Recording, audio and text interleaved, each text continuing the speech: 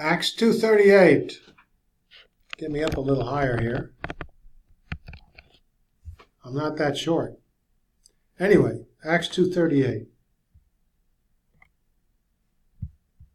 We got difficulty here because a lack of understanding of dispensations. We're no longer under that dispensation where we're announced, John the Baptist announced, repent for the kingdom of God is at hand, and Jesus started his ministry. We're in the church age. So let's go there and see how that comes to pass.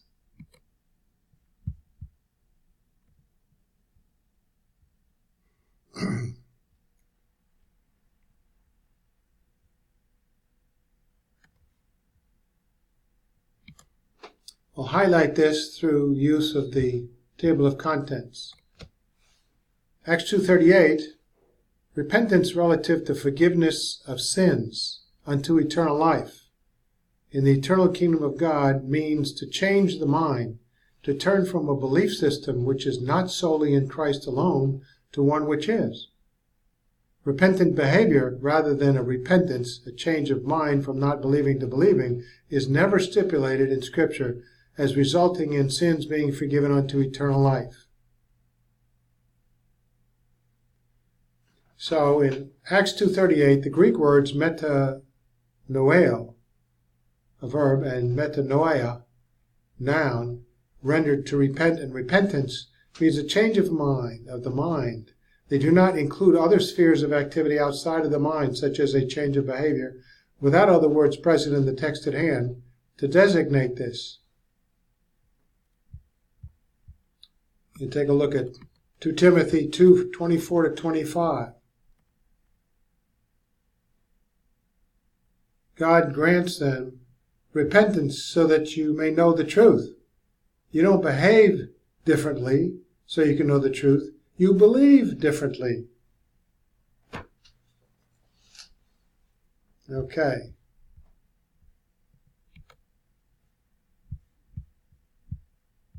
Now, go back to the Old Testament prophets, John the Baptist and his disciples, and the Lord Jesus Christ and his disciples before his ascension preached to Israel, repent for the kingdom of God is at hand, in the sense of believing in the coming Messiah, Savior, in order for them to receive forgiveness of sins unto eternal life in the eternal kingdom of God, which would commence should all Israel believe, and it will in the future of a future generation of Israelites who will believe in the coming Lord when he comes in his second coming, just in time. The context of this repentance unto forgiveness of sins did not include producing fruit, i.e. doing godly works such as water baptism, nor did it include a commitment to do godly works as some contend. So look at Acts 2:38. And Peter said to them, repent and let each one of you be baptized in the name of Jesus Christ for the forgiveness of your sins, and you will receive the gift of the Holy Spirit. That's what we're looking at. So we can scroll on down. You can look at these passages that indicate when John spoke to the Jews and said, produce fruit in keeping with repentance. So repentance does not include in this case, in Acts 2:38, of producing fruit.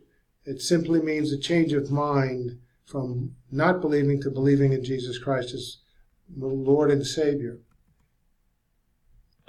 So in the case of the message of the gospel after Christ's ascension, though, beginning with the Apostle Peter, the Greek word metanoeo, rendered repent, continued to signify a change from not believing to believing alone in Jesus Christ, now having been revealed in his resurrected humanity to the world, as Lord in Christ, the Messiah for forgiveness of sins unto eternal life in the eternal kingdom of God, which kingdom would commence should all of that generation of Israel believe.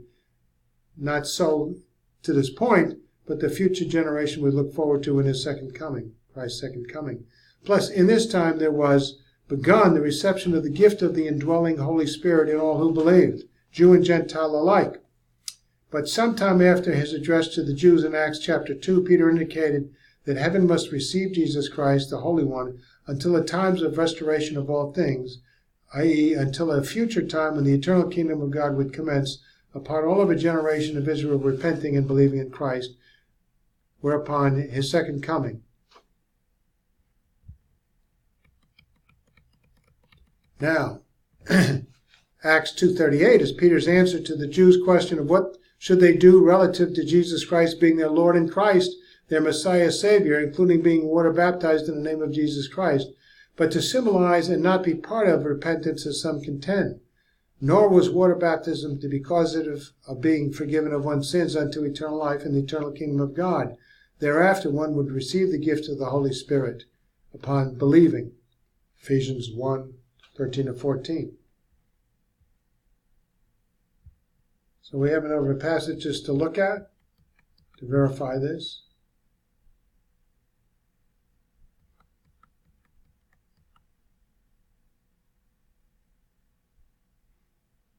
So the forgiveness of sins unto eternal life in the eternal kingdom of God was as a result of repentance unto faith in Jesus as Lord and Christ by those Jews who crucified Christ during the transition period, and all peoples of all ages is in view in Acts 2:1-39.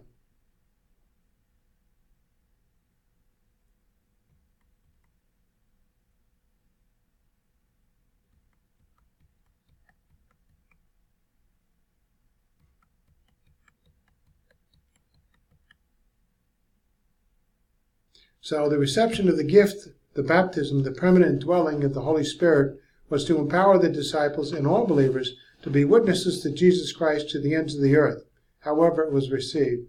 Water baptism for those Jews in that first century, but later on by faith.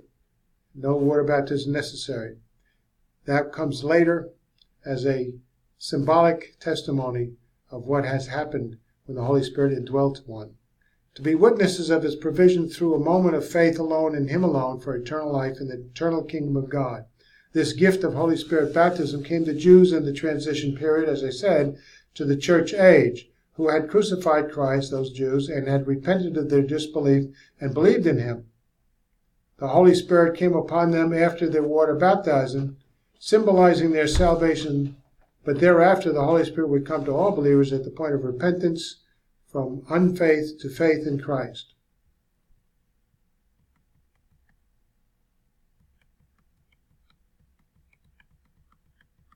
So, we have an idea